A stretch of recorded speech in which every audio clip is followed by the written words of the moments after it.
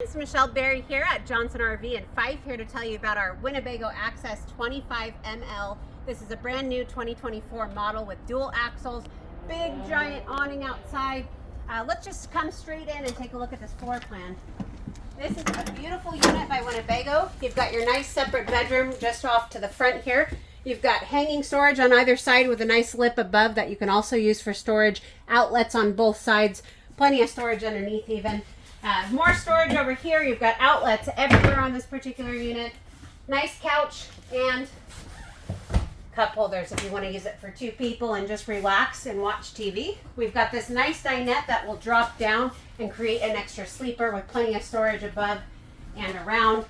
Take a look at this pantry. This is a premium to have this much storage in a travel trailer. We really love this particular space and the Winnebago brand as it builds such nice quality.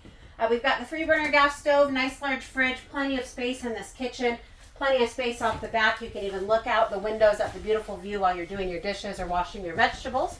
Let's take a look inside the shower here. So plenty of space in the shower. You see you've got a skylight, nice and big amount of space.